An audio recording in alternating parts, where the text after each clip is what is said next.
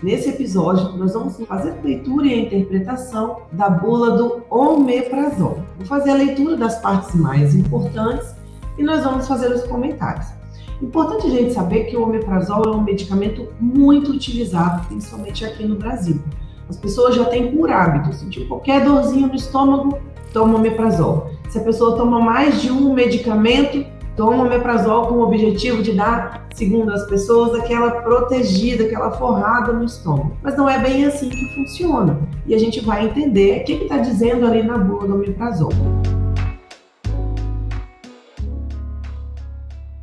Ler a bula é algo extremamente básico. Existem profissionais que não gostam, que não confiam na leitura da bula pura e simplesmente, que acham que ali o conteúdo é muito raso. Mas eu acredito fortemente que é assim que a gente deve começar mesmo os nossos estudos.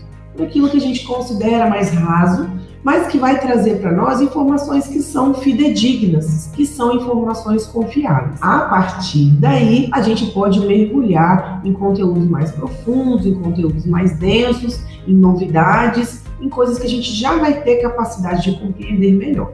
Então, vamos fazer a leitura hoje da bula do omeprazol. Eu peguei no site da Anvisa, no bulário da Anvisa, a bula do omeprazol da Ripollabor.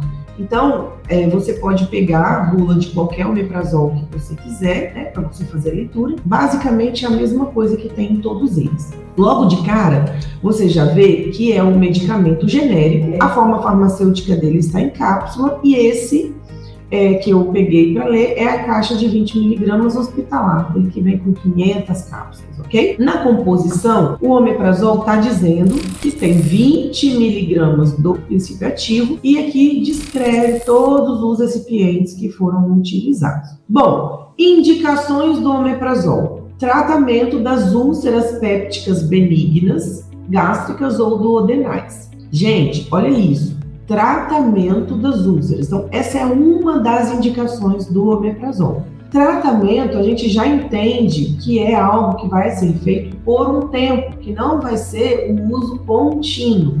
Quando a pessoa está com úlcera péptica ou gástrica, que é no estômago, ou no duodeno, que é duodenal, já naquela porção do intestino, o omeprazol tem indicação. Diz ainda: os resultados obtidos na úlcera duodenal são superiores aos obtidos na úlcera gástrica, verificando-se índices de cicatrização de quase 100% após 2 a 4 semanas de tratamento nas doses recomendadas. Outra característica resultante dos estudos clínicos foi a eficácia do omeprazol no tratamento das úlceras resistentes a outros tipos de antiulcerosos, embora seu papel exato nessas condições não tenha sido totalmente esclarecido. O que esse trecho está dizendo aqui para nós? Que quando uma pessoa com úlcera tentou um tratamento com um outro medicamento antiulceroso, por exemplo, ranitidina, cimetidina, que o omeprazol teve um resultado melhor. Não se sabe por quê, não tem explicação do motivo. Por isso que está dizendo aqui, ó, embora o seu papel exato nessas condições não tenha sido totalmente esclarecido. Ou seja, foi feito um estudo comparativo e percebeu-se que o omeprazol apresentou o melhor resultado, mas não necessariamente conseguiu-se entender o porquê disso. Os resultados sobre úlcera duodenal, com apenas 2 semanas de tratamento, evidenciaram níveis de cura geralmente superiores a 70% acima dos observados com outros agentes. A esofagite de refluxo requer períodos mais prolongados de tratamento. Mesmo assim, após 4 semanas, já foram observados índices de cura superiores a 80%. Devido às suas características, o omeprazol também está indicado em estados de hiperacidez gástrica, na prevenção de recidivas de úlceras gástricas ou duodenais e na síndrome de Zollinger-Ellison. Essa síndrome é um tipo de tumor que tem no estômago da pessoa. O omeprazol também é indicado no tratamento da erradicação da Helicobacter pylori em esquemas de terapia múltipla e na proteção da mucosa gástrica contra danos causados por anti-inflamatórios não esteroidais e também na esofagite de refluxo em crianças com mais de 1 ano de idade, conforme demonstrou um estudo publicado no Jornal Pediátrico de Gastroenterologia. A gente está vendo as principais indicações do omeprazol. Você já observa que a bula está dizendo que ele é mais eficaz do que outros anti-ulcerosos em tratamento de úlceras duodenais. E vai falar também que em alguns problemas, como por exemplo no refluxo, vai ser necessário um tratamento mais prolongado, mas que no primeiro mês já se nota um resultado positivo. O que a gente nota é que existe uma cultura de que o omeprazol ele deve ser utilizado sempre que a pessoa for fazer o uso de vários medicamentos e que ele deve ser utilizado em quaisquer condições de dor no estômago e refluxo. E isso a gente precisa de orientar o nosso paciente se a gente de fato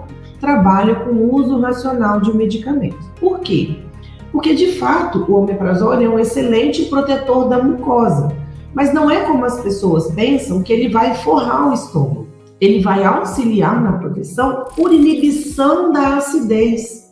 Então não é assim, se os medicamentos que estiverem sendo utilizados não promoverem uma hipersecreção gástrica, pode ser que o uso do omeprazol seja desnecessário. Dependendo do tempo em que a pessoa for fazer o uso de vários medicamentos, pode ser que não seja necessário o uso do omeprazol. E por que eu estou dizendo isso? Porque o uso prolongado do omeprazol, ele pode estar associado a outros problemas. Imagine que, para o seu sistema gástrico de forma geral funcionar bem, o estômago tem que ser ácido. Nós precisamos daquela acidez para que o processo digestivo se processe de maneira adequada.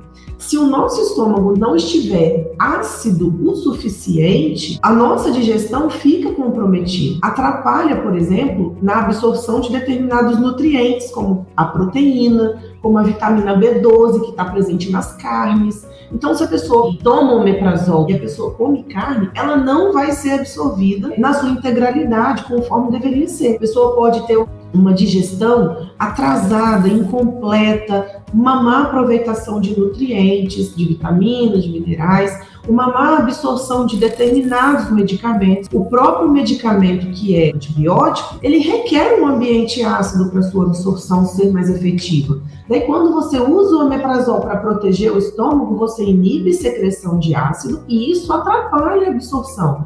Quer dizer que o medicamento não vai ser absorvido? Não, não é isso que eu estou dizendo. Mas vai atrapalhar a absorção do medicamento. Às vezes, o paciente que usa vários medicamentos, ele pode ter uma azia, ele pode ter um gosto metálico na boca, ele pode ter alguma coisa, algum sintoma que incomode, e aí ele usa o omeprazol para isso, mas ele poderia recorrer a outras estratégias, como, por exemplo, tomar um medicamento e em seguida se alimentar. Porque muitas vezes a azia, se a pessoa tomar um medicamento e comer logo em seguida, isso já vai aliviar, por exemplo, a azia dele. Então tem várias situações que a gente precisa de repensar se o omeprazol é mesmo uma melhor opção. Se talvez, se fosse um caso de azia, se não é melhor tomar um hidróxido de magnésio, hidróxido de alumínio, em caso de azia. Porque esses medicamentos, eles vão alcalinizar o estômago, mas por um tempo muito curto. Eles não vão inibir a secreção de ácido.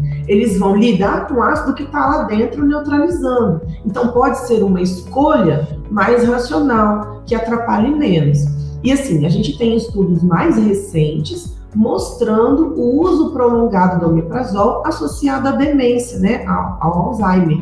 E vários deles ainda associam isso ao fato de que o omeprazol atrapalha na absorção das vitaminas do complexo B e de vários minerais. E isso pode afetar o desenvolvimento neurológico, cerebral, a comunicação entre os neurônios, enfim. E uma terceira observação, a dose pode ser menor quando o uso for prolongado. A pessoa vai usar mais tempo, mais de um ano, que use 10 miligramas ao invés de 20. Vai ter uma inibição da secreção ácida, porém não tão exacerbada, e vai fazer o efeito que a pessoa está precisando, tá certo? Vamos continuar na leitura aí, então, da nossa bula. Nessa parte dos resultados de eficácia da bula, sempre vai ter algum estudo, um ou mais estudos envolvendo o medicamento em questão e vai falar de qual foi a ação desse medicamento perante o estudo. Então, sempre vai citar autores de estudos que utilizaram o omeprazol, né, ou o medicamento que a gente está falando em questão. No caso aqui, no efeito da secreção ácido-gástrica, O omeprazol atua exclusivamente nas células parietais. Então, a gente tem estudos mostrando que ele não vai atuar em outro lugar, só nas células parietais. Isso é extremamente positivo, porque torna o medicamento seletivo no seu mecanismo de ação, né? Nesse caso do omeprazol, ele não vai afetar nem acetilcolina e nem histamina, que é tão comum para outros medicamentos que atuam no estômago, tipo bromoprida, metoclopramida. Esses medicamentos, eles atuam no estômago, entre aspas, porque eles vão mexer em outros locais do organismo e por isso eles vão ter outros efeitos colaterais. E no caso do omeprazol, o que esse estudo mostra? Que ele atua exclusivamente nas células parietais, então ele não vai atuar sobre outras células, não vai trazer os mesmos efeitos colaterais, as mesmas reações adversas que trazem outros medicamentos que atuam no estômago. E embaixo tem outros efeitos relacionados à inibição ácida. Então, olha, durante o tratamento de longo prazo, foi relatado aumento na frequência de cistos glandulares gástricos. Essas inibições são consequência fisiológica da inibição pronunciada da secreção ácida, são benignas e parecem ser reversíveis. Então, já está dizendo que o uso prolongado pode trazer um cisto glandular. Isso é benigno, é reversível, mas pode trazer algum transtorno para o paciente. Mais uma coisa que diz aqui é que a acidez gástrica reduzida devido a qualquer motivo aumenta a contagem gástrica de bactérias normalmente presentes no trato gastrointestinal. O tratamento com medicamentos que reduzem a acidez gástricas pode levar a um risco maior de infecções gastrointestinais, como, por exemplo, salmonela e campylobacter. Olha que interessante essa parte que mostra os estudos que citam que o tratamento prolongado com medicamentos que reduzem a acidez do estômago deixam a contagem de bactéria aumentada. A pessoa com menos acidez, aonde deveria ser ácido, ela tem um campo maior de crescimento bacteriano. Olha que interessante, pessoas que têm menos acidez podem desenvolver mais problemas de gastroenterite. Observa que criança que tem refluxo, que toma esse monte de coisa, às vezes o próprio omeprazol, às vezes junto com a domperidona, junto com a bromoprida, essas crianças, elas têm mais crises de gastroenterite. É recorrente nessas crianças, não só a criança, como também o adulto. Então, aí fica um alerta pra gente, né? Para você, até quando você for fazer anamnese com um paciente que está vomitando, que está com diarreia, você saber se é um paciente que usa esse tipo de medicamento que inibe a acidez do estômago. Bora continuar. No item 3, a gente vai ter as características farmacológicas do omeprazol. Então, vai dizer qual é o mecanismo de ação dele. Basicamente, ele é um inibidor da bomba de prótons. O que a bomba de prótons faz? Dentro da cascata de secreção ácida, lá no final dela, quando o ácido está para ser produzido, ele passa por essa bomba de prótons. Então, o que o omeprazol faz? Bloqueia a ação dessa bomba de prótons. Ele é extremamente eficaz e nessa fase final de produção da secreção ácida, ele interrompe essa secreção ácida, ok? É isso que está dizendo aqui. Porém, está deixando claro que ele é específico sobre as células parietais. Em relação à absorção, está dizendo que a biodisponibilidade vai ser cerca de 30% a 40%, né? Então, ele vai ficar disponível no organismo 30% a 40% dele, ok? Ele tem ligação a proteínas plasmáticas de 95% a 96%, ou seja, ele vai se ligar à parte do sangue, que não é o sangue sólido, né? Que é a parte do plasma mesmo, ele vai se ligar nessas proteínas e vai ser distribuído por todo o organismo. Na medida em que ele vai se desligando dessas proteínas, ele vai atuando no seu sítio de ação. A eliminação dele é predominantemente renal. Por quê? Porque vai sair na urina.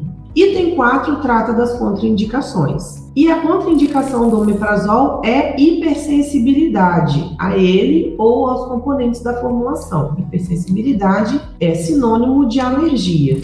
O item 5 vai trazer as advertências em relação ao omeprazol e as precauções. Aí vai dizer o seguinte: o omeprazol não provocou alterações na função hepática e renal nas pessoas normais. Quem não tem problema no rim, quem não tem problema no fígado, pode tomar omeprazol sem medo. Abrindo um parêntese, esse problema no fígado não tem esteatose hepática não, tá? Às vezes as pessoas acham que esteatose hepática é um problema hepático para tomar medicamento. Não é. Esteatose hepática é gordura no fígado. Quando a gente fala em problema hepático, é quando a pessoa tem alteração de função hepática. Mesma coisa, ela tem uma disfunção no fígado dela. O fígado dela não funciona direito. É isso que a gente quer dizer, tá? Ter esteatose não é ter disfunção hepática. O fígado dela funciona, metaboliza. Então, não vai inibir ali a forma do metabolismo do medicamento. A pessoa tem uma hepatite C, aí já pode alterar a função hepática. A pessoa tem uma cirrose, aí já vai afetar a função hepática, tá certo? E aí tá dizendo também que no caso, se a pessoa não tiver problema nenhum no rim, a pessoa também não tem problema tomar o omeprazol. Mas deve ser administrado com supervisão em indivíduos que têm a função hepática alterada ou a função renal alterada. Quando a gente fala que a pessoa tem a função renal alterada, a gente quer dizer que a pessoa tem o funcionamento dos rins comprometidos em mais de 50%. A gente não está dizendo que a pessoa que tem um rim só tem problema de insuficiência renal. Pessoa com um rim que funciona bem não tem insuficiência renal. Pessoa com um rim que só funciona 50% tem problema de insuficiência renal. Pessoa com 2 rins, que os 2 só funcionam 50% cada um, é uma pessoa que tem um problema de insuficiência renal. Na terapia de longo prazo com omeprazol, há risco de gastrite atrófica. Então, a pessoa pode, por um uso prolongado, promover uma gastrite no estômago dela. Na presença de úlcera gástrica, a possibilidade de malignidade da lesão deve ser afastada, uma vez que o omeprazol pode aliviar os sintomas e retardar o diagnóstico. Olha que perigo! Se a pessoa tiver um problema maligno no estômago, uma úlcera maligna, que pode virar um tumor maligno, e ela tomar omeprazol, ela pode atrapalhar o diagnóstico, ela pode retardar os sintomas e atrapalhar a pessoa no tratamento. Porque esse tipo de doença maligna, o quanto antes ela for descoberta, melhor, tá certo? Então, quando o paciente tem insuficiência renal ou hepática, está dizendo aqui que não é necessário o ajuste de dose quando ele tem comprometimento renal. Quando é insuficiência renal crônica, com deficiência de clearance de creatinina, aí vai ter que ser visto pelo médico que acompanha, se ele vai fazer um cálculo, se vai ser necessário melhorar, ajustar essa dose aí. Em relação à teratogenicidade, mutagenicidade e a reprodução, estudos com animais revelaram algumas reações adversas nos fetos e não existem estudos em mulheres grávidas ou em idade fértil para comprovar isso. Então ele está classificado como categoria de risco C. Muitas grávidas usam omeprazol, recomendado pelo obstetra, porque ele avalia o risco e o benefício. Existem evidências em animais que o omeprazol pode causar reações no feto, mas não existe evidência em mulher porque não tem estudo controlado na grávida. O que o obstetra faz? Ele vai mediante a experiência clínica que ele tem. Ele já passou para centenas de mulheres grávidas que ele acompanha e nenhuma delas teve problema. Então, ele considera seguro. Em relação às interações medicamentosas, a bula traz para a gente que existe interação com anticoagulantes, cumarina, derivados da indandiona, diazepam, fenitoína, varfarina, medicamentos que são metabolizados por oxidação hepática, benzodiazepínicos, ciclosporinas, disulfiram. Então, o omeprazol ele vai ter uma série de interações medicamentosas. Via de regra, nelas, ele atrapalha o processo de absorção e biodisponibilidade dos outros medicamentos. Aqui na bula ainda fala, estudos de interação do omeprazol com outros fármacos indicaram que não há influência sobre a cafeína, com a fenacetina, com a teofilina, com piroxicam, com diclofenaco, com naproxeno, com propranolol, metoprolol, lidocaína. Tem vários que não têm interação. Durante o tratamento de omeprazol e claritromicina, que é aquele antibiótico utilizado na Helicobacter, foi observado um aumento na concentração plasmática das duas substâncias. Então, no caso do omeprazol, com os antibióticos, a maioria ele atrapalha que tenha aumento da concentração. A claritromicina, ele aumenta. E aqui no finalzinho ainda fala aqui, ó, não tem interação com o metronidazol e com a amoxicilina. Então, veja, para a maioria dos antibióticos, o ambiente alcalino atrapalha a absorção. Mas para a claritromicina, o omeprazol aumenta a concentração dela e não influencia em relação à amoxicilina. Então, para esses pacientes que têm Helicobacter, não tem problema eles usarem o omeprazol, mesmo que tome tudo junto, como manda lá. As combinações que contêm algumas das seguintes medicações, dependendo das quantidades presentes, podem causar alterações devido ao aumento do pH pelo omeprazol, podendo resultar na redução da absorção dos seguintes fármacos: ésteres de ampicilinas, sais de ferro, itraconazol e cetoconazol. Então aqui, ó, tá mostrando pra gente que alguns medicamentos está comprovado que reduz. Foi feito estudo e comparou e reduz a absorção. Não foram observados interações com antiácidos e não foi observada influência sobre o álcool, nem com alimentos. O item 7 da bula mostra os cuidados com armazenamento, né? Proteger da luz e da umidade. Aqui na posologia mostra para cada situação. Úlcera duodenal, 20 mg uma vez ao dia, até 4 semanas. Úlcera gástrica, refluxo, 20 mg antes do café da manhã, até 8 semanas. Profilaxia, ou seja, prevenção de úlceras duodenais e refluxo, 10 ou 20 miligramas no café da manhã. Lembra que eu falei? Vai usar por mais tempo? É uma profilaxia? Reduz a dose, assim é mais seguro. Síndrome de Zollinger-Ellison. A dosagem é individualizada. Normalmente são 60 miligramas ao dia. Esofagite de refluxo em crianças, 10 miligramas em dose única, administrada pela manhã, com auxílio de um líquido. Água ou suco de frutas, mas não leite. Lembra que não foi observado lá na interação com alimentos, então ele pode ser utilizado junto com o suco. E no item 9 vai mostrar as reações adversas que a gente tem do omeprazol. Reações comuns: dor de cabeça, diarreia, constipação, dor abdominal, náusea. Reação incomum: insônia ou sonolência, vertigem, aumento das enzimas hepáticas, coceira, mal-estar. É incomum. E raramente agitação, agressividade, alucinação. Raramente, ok, pessoal? Não quer dizer que a pessoa vai ter isso, não. Por fim, vai falar aqui da superdose. Doses únicas de até 160 miligramas foram bem toleradas. Aqui é que você vai ver aquela questão assim: nossa, mas o médico passou 80 miligramas de omeprazol, não é muito? Olha, até 160 miligramas é bem tolerado. Então, qual que é a dose recomendada? Qual que é a dose usual? 10 miligramas, 20 miligramas, mas se o médico achar que é necessário, ele pode dar até 160 miligramas, que a pessoa não vai ter toxicidade. Quando o omeprazol apresenta toxicidade no ser humano? Quando as doses estão acima de 2.400 miligramas de omeprazol. Aí a pessoa vai ter sonolência, confusão mental, visão embaçada, taquicardia. É isso. A gente fez a leitura da bula do omeprazol, a interpretação, coloquei aqui algumas opiniões pessoais também, por isso esse episódio foi um pouquinho mais extenso. Eu quero saber se você gostou desse episódio, se você ficou com alguma dúvida ou se você tem algum caso para contar sobre o omeprazol. Me fala aí, me manda isso daí, para que eu possa conversar com você, com toda a nossa comunidade sobre esses casos. Quero muito que vocês me relatem casos para a gente poder abrir um quadro especial aqui sobre isso. E me conta se você gostou, o que você quer que eu fale aqui para vocês. Um super beijo, até o próximo episódio, viu? Tchau, tchau!